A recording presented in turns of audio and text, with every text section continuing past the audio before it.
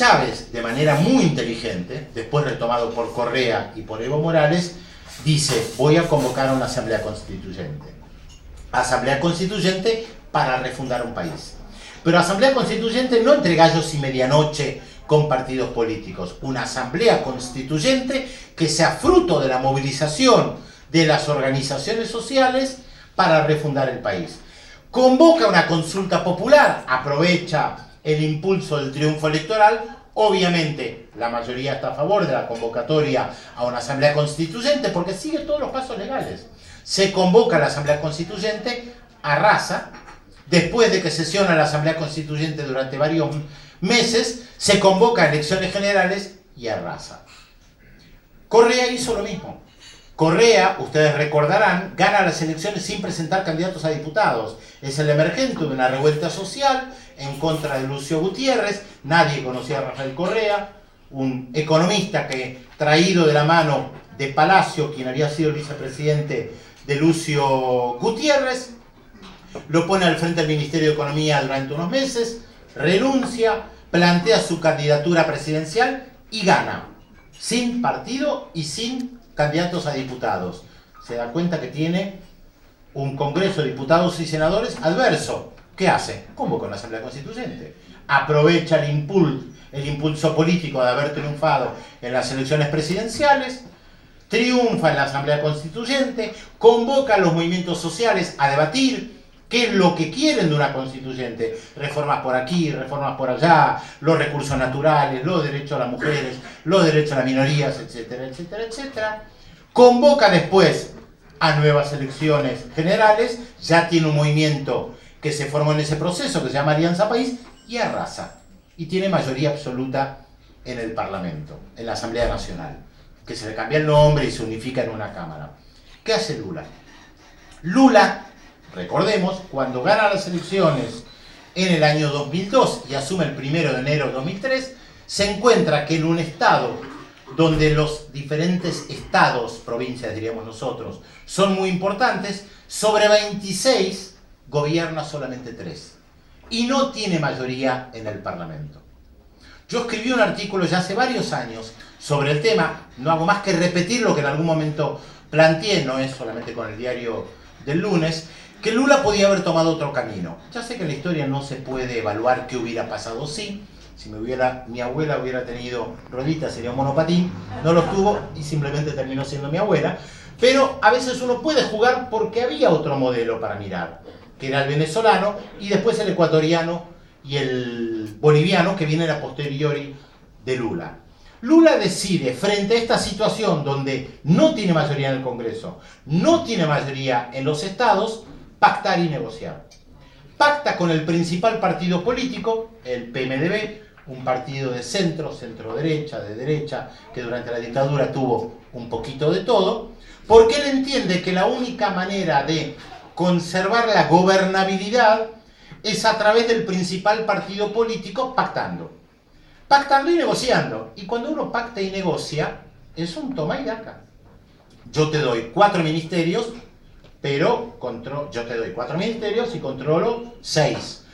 Yo te doy la secretaría de esto y te pongo gente en todas las subsecretarías.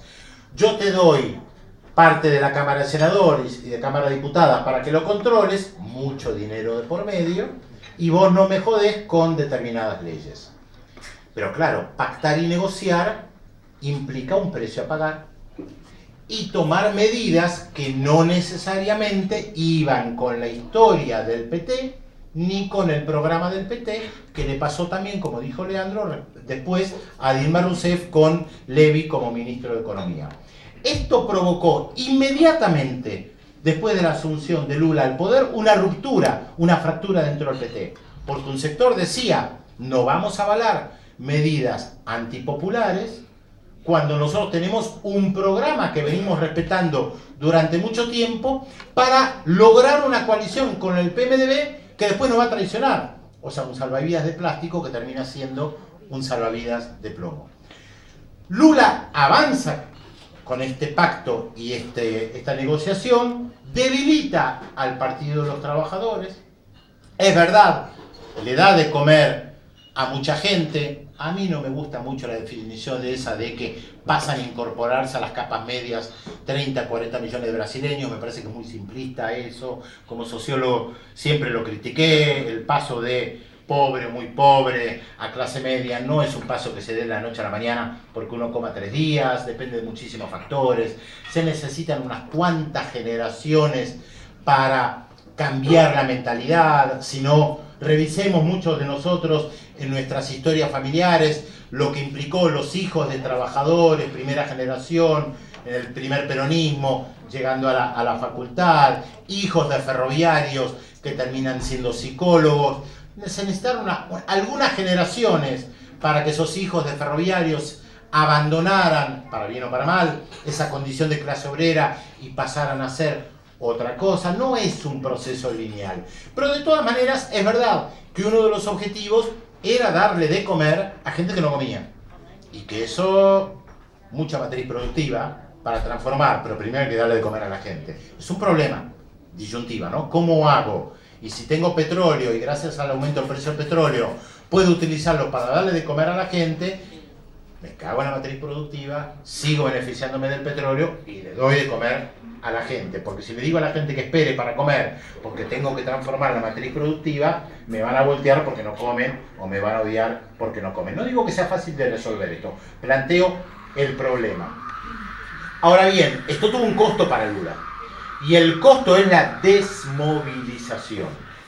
Un poco para cerrar por lo menos esta primera parte, para dejar paso también a intercambio entre todos. El año pasado yo tuve la oportunidad de participar en un seminario en Quito y Rafael Correa insistía con el tema de la restauración conservadora. Estoy hablando de junio, julio del año pasado, y estaba también Álvaro García Linera, que va a estar el viernes acá en Buenos Aires. Y Álvaro García Linera, frente al tema de la restauración conservadora, insistía con algo que él planteaba como central, que es no perder las calles. No perder las calles. Pero insistía una y otra vez, la movilización. Es verdad que uno de los problemas de una parte importante de los movimientos progresistas de la región fue abandonar las calles. No lo digo porque está Leandro acá de ir a Intratables, pero sí ir a los canales de televisión. Él no es responsable de la debacle. Pero esto es un fenómeno que podemos ver en otros ámbitos de América Latina también, donde los políticos abandonan la calle y están mucho más dependientes de las redes sociales, del Twitter, del Facebook, de la televisión, y dejan de convocar a la movilización. También es cierto que no es fácil movilizar, es muy fácil decir hay que movilizar, pero tener a un pueblo movilizado de manera permanente no es algo que se logra, no lo logra nadie. Las movilizaciones son esporádicas en la historia, son espasmódicas, y seguramente la mayoría de los que estamos acá hemos participado de movilizaciones y sabemos que no es fácil sostener un ritmo de movilización, porque uno tiene hijos, padres, hermanos, parientes, amigos, trabajos, problemas personales, artrosis. Nunca lo había incorporado como categoría. Entonces, es muy lindo recordar el 19 y 20 y cuando salíamos masivamente esos viernes a la noche de manera espontánea también en el 2002, pero después de la cuarta, quinta movilización, uno se cansa. No es sencillo mantener un alto grado de movilización. Es correcto lo que planteaba Álvaro García Linera desde la crítica hacia los gobiernos progresistas anquilosados que pierden el contacto con lo que está pasando por abajo porque hay una distancia entre los que gobiernan y aquellos que en principio deberían sostener, apoyar o movilizarse a los que gobiernan. Entonces, hay dos elementos que a mi juicio nosotros tenemos que pensar. Uno, cómo trabaja la derecha, cómo ellos han cambiado su forma de organizarse en estos últimos años y cómo, en el caso de Venezuela o incluso de la Argentina, podemos ver que el tema de la movilización popular no es algo que a ellos les importa. A mí me parece que Ayer la plaza vacía, a los sectores de gobierno no les importa un bledo. Para aquellos que están acostumbrados a las movilizaciones sociales, que son herederos, partícipes de las épicas movilizadoras, es muy importante que la plaza esté vacía frente a la plaza movilizada, para la derecha no. Y en Venezuela, en las últimas elecciones que se dieron, se lo pudo ver claramente. Yo recuerdo, porque esto lo discutía incluso con Eduardo Aliberti en Marca de Radio, porque veíamos la gran movilización de apoyo a Nicolás Maduro, y él me decía, la derecha es incapaz de movilizar. Y yo le decía, ojo, la derecha no moviliza en las calles. Tiene otras formas de hacer política, que no pasan necesariamente por las movilizaciones populares.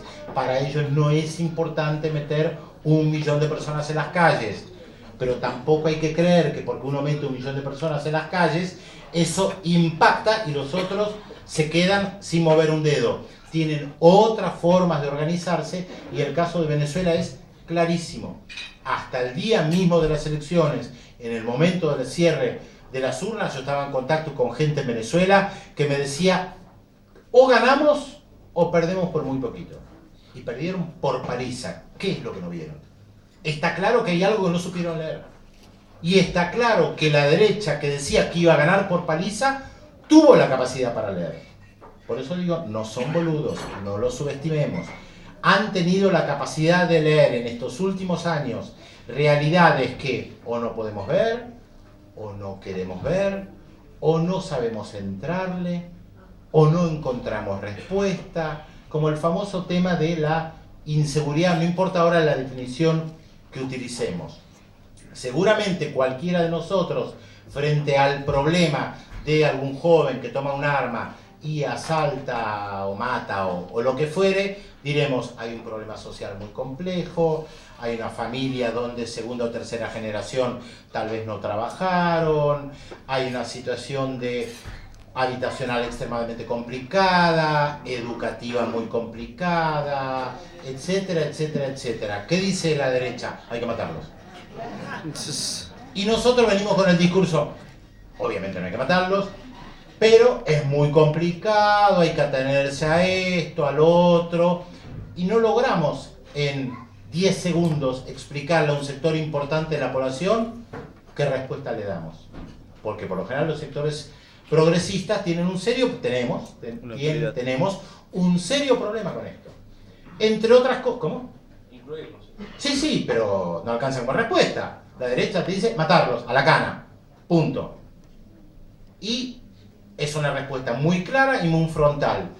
Por algo los partidos de extrema derecha, en determinadas circunstancias, pegan rápido, justamente porque tienen consignas muy claras, muy directas, frente a realidades extremadamente complejas que no se resuelven fácil con una palabra. También planteo el problema, no es que yo tenga la solución, por eso lo que yo quería era plantear el problema, porque al fin y al cabo creo que la idea es reflexionar entre todos. Entonces, ser consciente de estos cambios, ser conscientes que hay otros que tienen otras herramientas de lectura de la sociedad que a nosotros nos pueden parecer irrelevantes, tontas, que no sirven, pero sirven. Y por el otro lado, esto que yo planteaba, que decía Álvaro García Linera, que sí me parece importante, aunque no sea una respuesta a todo, y también tiene que ver con algo que dijo Leandro al finalizar, que estamos en otro momento diferente a como se estaba en la década del 90, que tiene que ver con la movilización.